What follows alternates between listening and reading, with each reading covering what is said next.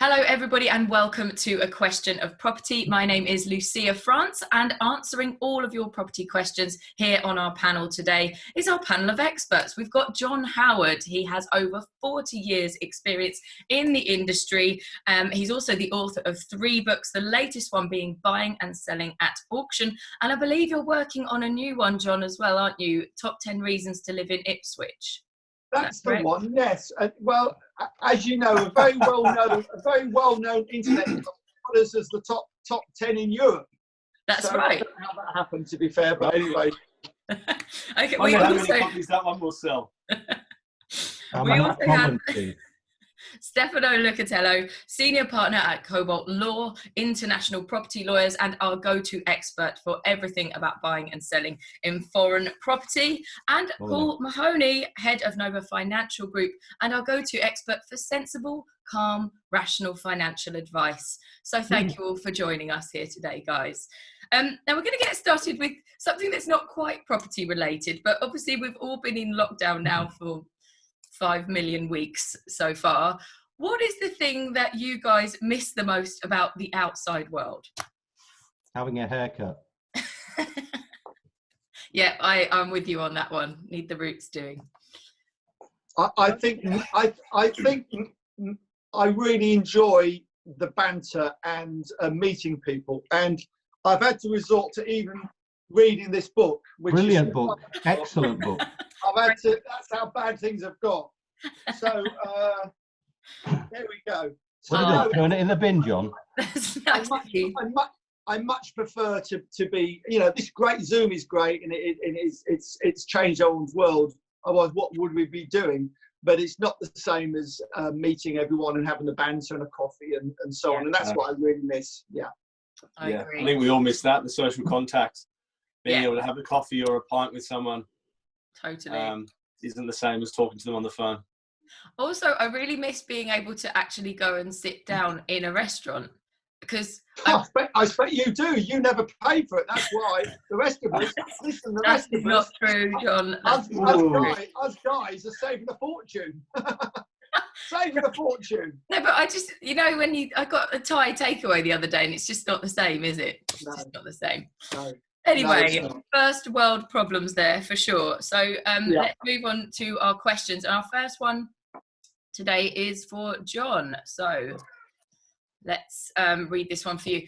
This came in on our email. So if you'd like to email any questions to us, it's ask@aquestionofproperty.co.uk. So, dear Question of Property, I am planning to buy my first main residence in 2020, which I plan to buy and hold on to for the long term, 20 plus years.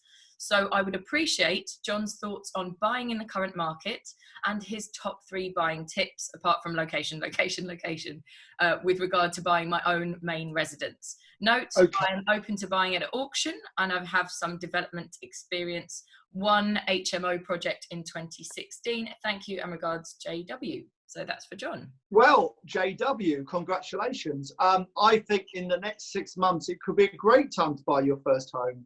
I wouldn't jump into it next week, but I certainly in the next 6 months, I'll be looking out and finding what you really want to buy. I wouldn't compromise too much, because if you want to live in it long term, you know, whether you've paid 10,000 more for it or not, are you that bothered?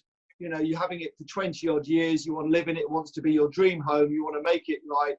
You know, when you're sitting in the garden, looking out a lovely sunny day, you'll be glad if you've got on and bought it rather than held on and held on and held on. The 3 tips I would give you, I would always check out your next door neighbours when you're buying, because they could be an absolute blight on your life if you're not careful. Also check out that there's nothing happening in that area moving forward. So just check that there's, you know, check that there's not a new school being built or something like that's going to be noisy and create traffic. And I always, if I'm buying a deal, any sort of property, I always try and go back in the evening, because you get a much different, most people view during the day, but if you drive around in the evening of the area, you get to know a lot more about it. So they're the 3 tips I would do. And actually, I've just finished my 4th book, which is for the domestic market, which has all this in it. It's all about people who want to buy a property, a flat or house, because most people only buy once every 7 years, and there's 80,000 people or 80,000 properties a month normally sold. So, you know, it's got lots of tips like that in there. Fantastic. That's a great answer. Thank you very much, John. Any advice there for the rest of you guys, Stefano and Paul? Yeah, I'll add to that. So the person said they're buying their home. So usually that's quite an emotional decision. As John mentioned, you know, you need to be comfortable and happy with where you live. That's not usually an investment decision, you know, and I think that it's important to understand the two different decision-making processes when it comes to, you know, buying it, because it seems they're asking about kind of getting the best deal. But sometimes when it comes to buying a home, and I think John touched on this, it's not necessarily about getting a deal. Yeah. It's about what you really love. Yeah. Because you're going to have to live there. Yeah. The other thing I would say, if you've got a partner, of course, you're buying it together. And that's always a compromise. And you know, and you're always best to let your wife normally make the final decision. Absolutely. That's controversial, John. Well, there we go. Well, I think you both have to be all life partner. I think one thing that applies both to English property and foreign property, no matter where you're buying, you have to identify clearly the reasons why you are buying. And clearly, as the guys have said, the reasons for investment buying are totally different from the reasons that you would use to base a lifestyle change purchase.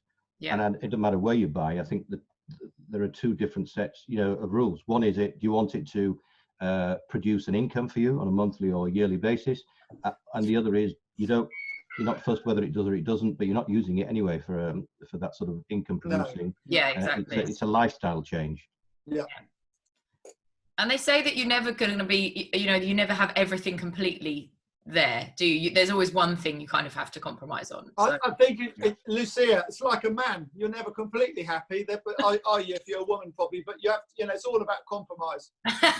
my husband's in the other room, so I'm not going to say anything. I'm not interested in men, just for the record. That is true though, Lucia. With property, there's always, in my experience anyway, there's always a concession to make in some way. You know, you wish it faced a different direction or had a slightly different floor plan, or you could get it slightly cheaper, but you have to get comfortable with those concessions you're making. Yeah, exactly. Well, in that case, get a plot of land and build the house that you want, facing the right direction with all the bits that you want. That's a double aspect view like John has. That's an idea as well, yeah.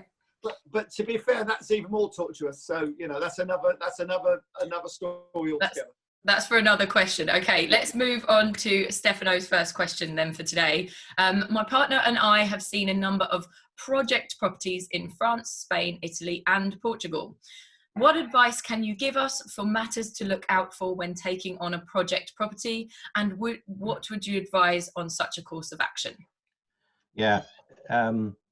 So can we just say, what's project property? Like something that they have to renovate and things like that? Is that what? Well, yeah, project property. I define a project property as something which is part built, which someone has run out of money usually.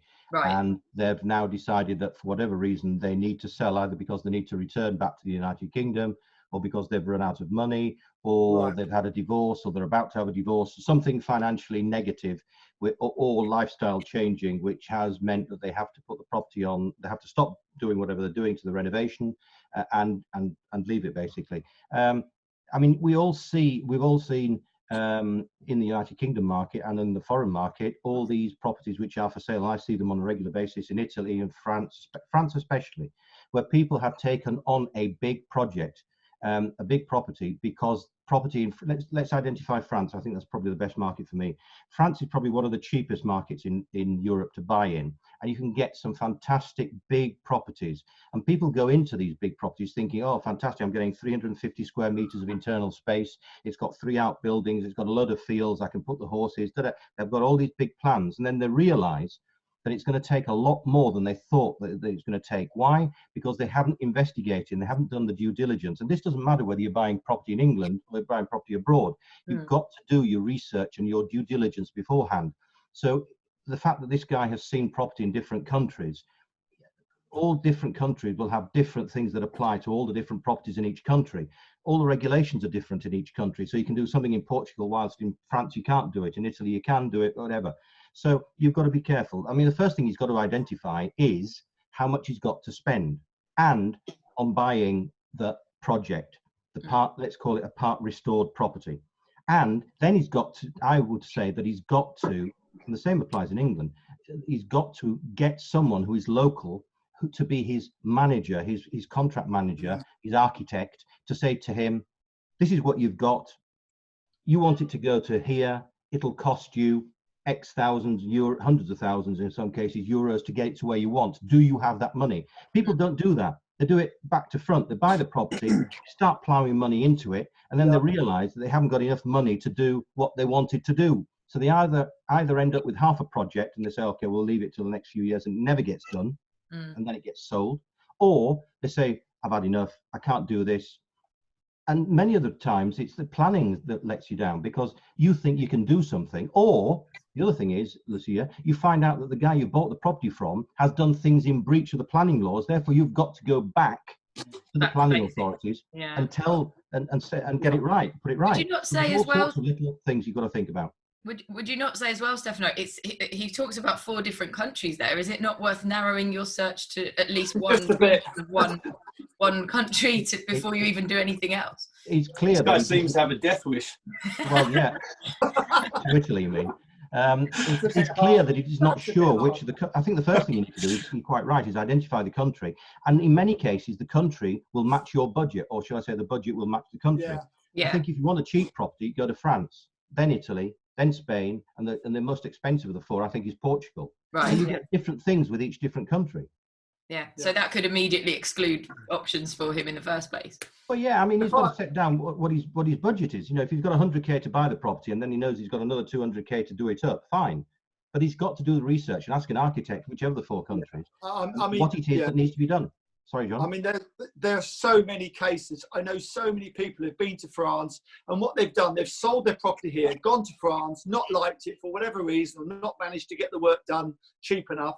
And what's happened is, they're far better to start with, I think, is to rent the house out in England, go to France, rent a place, see if you like it all first, get to know the areas, get to know the people, and then make the move permanent if you want to.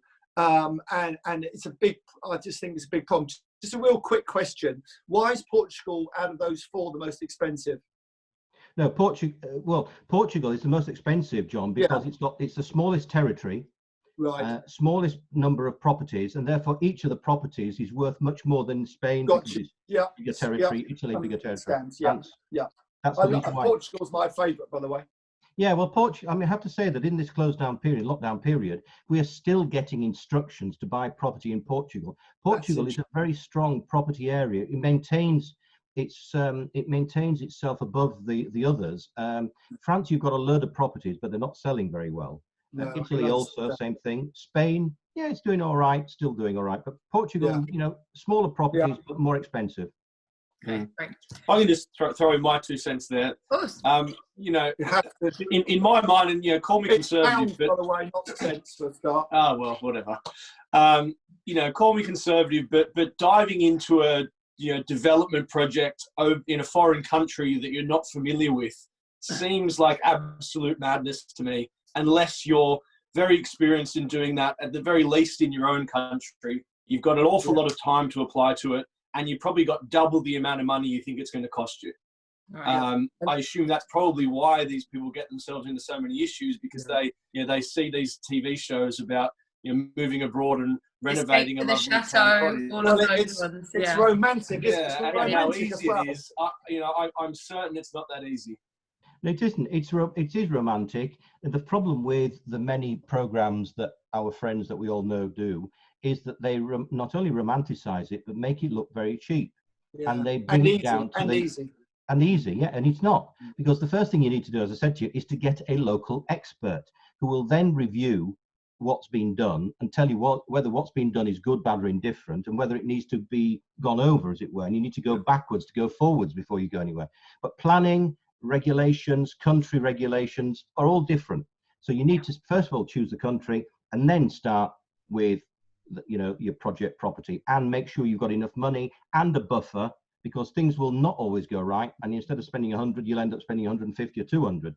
I know one of our great friends that John and I do property shows with, Joanna Leggett. She always says that, you know, people go with fantastic dreams. They go with spending 100K and another 100K, and it ends up costing them 400K because they don't know when to stop, and they never get the money back when they come to sell it, Lucia. No, also, no, that's the problem in these countries. Yeah. Sorry, John, but there can be so many things that you don't think about, like that you have to apply for certain licenses to like the local councils and things like that. If it's within a community, there's often rules within that itself. And one thing that we found when my husband and I were renovating in Spain is there's laws about working on the weekends as well. Yeah.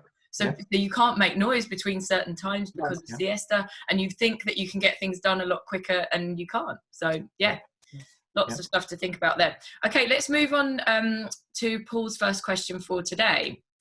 I have £100,000 saved. This is the person asking the question, not myself.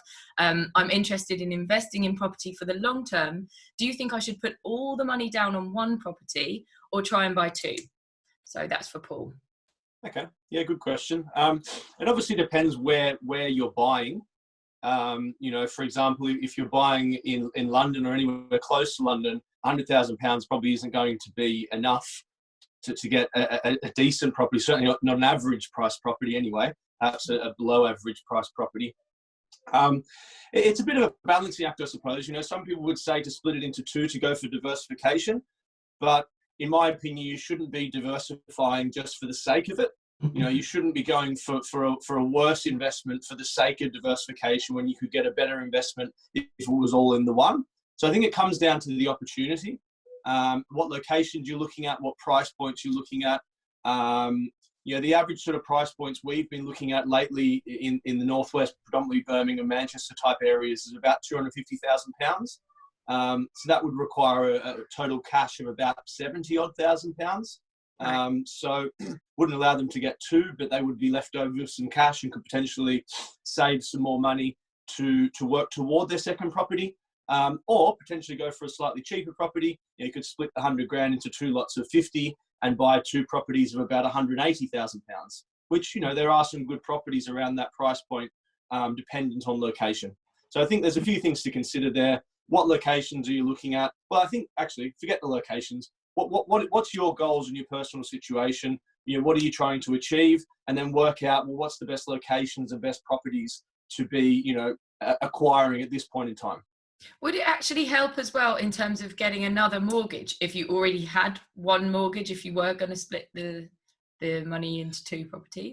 If they're a first, so they didn't mention their current situation, but if they're a first-time buyer, you know, well, so they're a first-time buyer overall, so they don't actually own a home, then there are limited mortgage products. There are products available for first-time buyers, first-time landlords, but they are more limited than people who already own property. Then if you own a home, that puts you in a slightly better position again. And then if you're an existing landlord, then pretty well everyone will lend to you.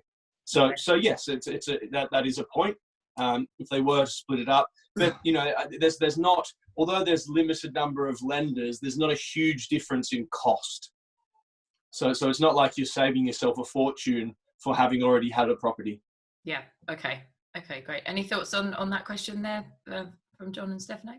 Well, I always like to spread my risk a bit. So if I could buy two, I might buy, on Paul's advice, I might buy two different locations. So spread it a little bit. So you know, if Manchester goes up more than say Birmingham, great, or the other way round, or you know, so I'd spread it a little bit. And in the early 90s, when you know I had quite a big sized property company then in those days, we have now I suppose, but in those days, and we were fortunate because the market dropped in East Anglia by probably 35%. But up in the north, it only dropped 10 or 15%, and we had a mixture of stuff, of properties in the south and the north. So that really helped to survive the recession at that time. Yeah. Okay. Great. I'm surprised you didn't mention Ipswich there, John. Well, I said East Anglia. Oh, okay. Sorry. I suppose the best thing is not to put all your eggs into one basket. Yeah, if you can. If you can't, it's not the end of the world. But if you can spread it. Yeah. Okay. Yeah. Great. Thank you, guys. Let's move on then back to John for your second question for today. Everybody seems to be panicking about the property market on all of these podcasts that I've been listening to. I have 10 investment properties, so should I be as concerned as everybody else seems to be? That's for John. Um, a lot of people are concerned because they've got Airbnbs they can't rent out. They've got this they can't rent out. They've got that. They've got commercial property. I mean, I've got only 30% of my commercial tenants have paid, so that is a bit of a problem. Right. However, I think it's some of this could be fairly short term, and I certainly, if I was them, I'd be as relaxed as you can be. We don't know what's going to happen. We think we might know what's going to happen, but we don't know. So I would just, if you've got tenants that are paying the rents, I would just relax, do your best to get all the money in every month, and just see what happens. There will be opportunities. I'm not saying there'll be opportunities the day we're allowed out. It might take some time, and we just need to see what's going to happen. So don't worry about it. Great. Okay. Great advice. I think it depends on what their properties are. You know, so I think it all through bad times, in my opinion, it all depends on the rentability of these properties. You know, if his properties are going to be empty, then there probably is something to worry about, especially if he doesn't have the cash to support those properties. I got the impression, Paul, that he didn't seem. He said, should he worry? On the basis that presumably most of the properties are let, but I might be wrong there. But that's how I understood it. Fair enough. Question. Yes, I agree. If they're let, then there's nothing to really worry about. If they're not, or if there's a chance of them not being let, or the tenant's not paying, then there probably is something to worry about. Yeah. But keeping in mind that mortgage lenders are giving mortgage holidays as well. So if you're not getting your rent, you should be able to not pay your mortgage for a period of time, or at least offset those payments. So that eases the pressure a little bit. But it does very much, I think, depend on the properties that he has and how sustainable they are if things go wrong. Right. You've answered that question better than I did, Paul. I'm gutted. Did the guy say it was commercial properties or residential? He doesn't say, but it seems to be residential. I mean, no, sorry, apologies. I have 10 investment properties. So it could very well be that he's got a parade of shops, some of which are not allowed to be open because they are not essential shops, so it's not a grocery shop. So if he's got 10 hairdressing shops, he's got a problem. But if he's got 10 grocery shops, he might not be so problematic. Yeah, so we sort of need to know a little bit more about that, the background to that one, don't we? Okay, let's go to Stefano then for your second question for today. I've got a small pension that has matured of about 150k. Can you advise me which country is easier legally to move to? Spain, Italy, or France? If he's got 150k, I think the country I'd be gravitating to would either be France or Italy, because they're the cheapest too. 150k doesn't go very far nowadays. And remember that if he's only got... It might do soon. Sorry? It might do soon. It might do soon, yeah. 150k doesn't go very far, and if he's only got 150k, he's got to also include 10 to 12% of that as taxation on the purchase. So he can't pay 150k for what he's buying. He's going to be paying maybe 120, 130k at the most. So he's gone down. So he's got to tailor his needs to what he's got. And I would go for France or Italy. It also depends whether he wants a long-term investment where he will stay as a lifestyle change, or whether he just wants to invest with a rental return on it or yield or whatever. So it very much depends. I mean, again, you've got to go back to what I said before in the other question. You've got to choose your country, and you've got to see whether you want countryside or seaside, whether you want a rental yield, whether you don't want a rental yield, you want a lifestyle change. All these implications are all set out in my book, by the way, which I do have a book. And which I've now read. Which you've now read, yes, John, good. It's all in there. And you've got to do a lot of research and a lot of thinking. I would say 12 to 18 months before you buy a property abroad, because it's no different from buying a property here. People think that going abroad and buying a property, because it's been so romanticized by people's programs on the television, it's easy. And you don't need an agent, and you don't need an architect, and you don't need a joiner, and all the rest of it. And people forget. I always say when I do my seminars that people leave their brains in the car park with their car, only to pick up their brains with the luggage when they come back from their holidays and their stay abroad. And the other thing I'd say to people is, don't go out and buy a property when you are on holiday, because you're not in buying mode, you're in holiday mode. If you want to buy a property abroad, go with the intention of looking for a property. See it, as John said, at its worst. I always say to people, take 12 to 18 months at least. Why? Because you want to see it in all different 4 seasons. You want to see it at its best. Agents always selling you something in the summer and the spring months. They never sell anything to you in September, October, November, December time, especially the latter two. So see it in all its different types of months. See it for its best, see it for its worst. Go out regular times, talk to people, go on forums if you're buying a new development property, and do the necessary research. Otherwise, your experience will be a bad one. The number of people that come to me over the years and said, my experience of buying property abroad is rubbish. And then when you actually analyze it, you'll see that they've not done the necessary research like Paul and John do when they go out and buy property. They don't go and spend 200 grand on the first property that comes up. They do it, they realize what the property is, where it is, whether it could render an income for them, whatever. You can't just go out to Italy, Spain, France, or Portugal and just buy a property like that. You need to make the necessary research and do the necessary due diligence. Otherwise, you will lose that pot. And especially if it's his pension, he's got nothing else to go on. And surely it's worth maybe renting there for a little while as well. Always. John was right. I say this in my book as well. Do you know that there's a statistic that 80% of people who move, having sold their properties in the United Kingdom, they move abroad, whichever country they go to, 80% return within the first 2 years. Why? Because they've not done what John says, which is to rent a property. And I always say that to people, rent a property for the first 6 months or even 12 months. And before you rent it, ask if it's the property you may want to buy. Ask the landlord whether you can go into enter into an agreement with him that says that the rent you pay or have paid him at the end of the 12 months can be deducted from the purchase price. And many people, because they can't sell the property, are doing that. Great advice there. Thank you very much, Stefano. Okay, let's move on to Paul's last question. We haven't got too long left for today. So the question for Paul is, what are the chances, do you think, of the market dropping in the next 2 years? Should it affect my decision to get on and purchase a buy-to-let property right now? So that's for Paul. Okay. Yeah, okay. So I think before all of this COVID-19 stuff came about, it was pretty much the general consensus that 2020 was going to be one of the best years for property in quite some time.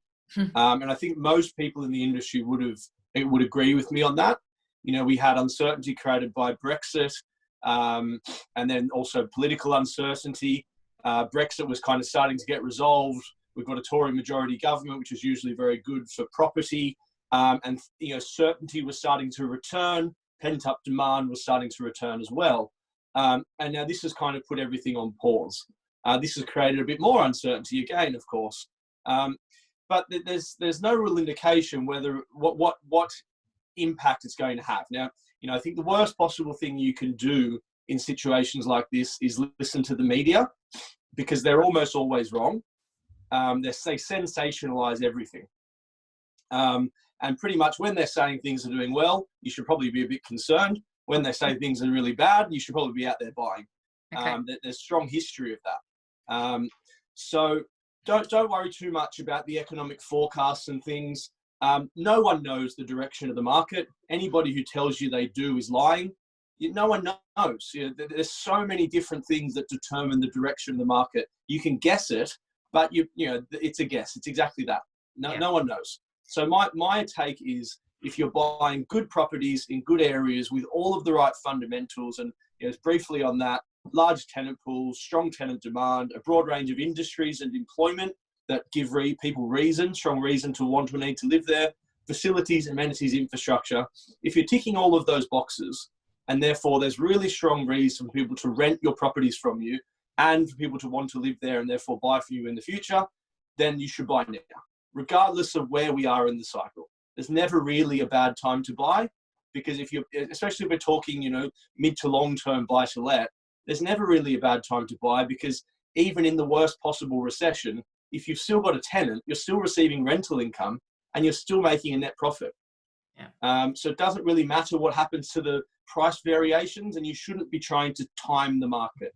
There's a saying, a quote, which I'm sure I've stolen from someone along the way somewhere, but I've claimed it as my own. And that is that property investment is not about time in the market. It's about time in the market. So if you've got resources available, buy now, buy well, and therefore you shouldn't be too concerned regardless of the short-term direction. And I guess another phrase could be, there's never a bad time to buy, or there's never a wrong time to buy, as long as it's in the right place, kind of thing. Yeah, right exactly. Yeah, exactly right. Anything to add to that, guys, before we wrap up for today? I would try. I would. Area. Yeah, absolutely. I was going to say, do you know what? You must have read my book. Absolutely. So many book clubs going on today. It's great. There are, yeah, the best, and Paul's book, but the best advice I can give in this market, if you want to get in and buy, is pick the best area in the best location, or the best roads in that area you can afford. Yeah. Because the better quality stuff goes back up. If it's going to go down, it goes back up quicker. Also, I guess you'd recommend a dual aspect to any. A dual aspect, like my office, front and back. Yes, one overlooking. Also, guys, given that overlooking my stables, yeah. I feel a little bit left out. I'm the only one that hasn't given a shameless plug to my book. So go for it. Go for it. Why not? Very good. Very good. Come on, no, I didn't see it there, Paul. Could you just tell us that Here you go. You want to see it again? Yeah. It's an international bestseller in Australia and New Zealand. Can I have a copy, please? Brilliant. You can have a copy, yeah. May I just say, I never got my books out to show you. All I did was I got Stefano's book out. Can you get it out again, please? I don't think we've plugged it enough. I think let's wait till next episode, and we can plug all three, and mine as well. So thank you so much to our panel of experts here today: Paul Mahoney, Stefano Lucatello, and John Howard. Great to see you all again. If you do have any questions, please do email us. ask@aquestionofproperty.co.uk. That's ask@aquestionofproperty.co.uk. I'm Lucia France, and we'll see you next time for episode 6. Thanks for watching.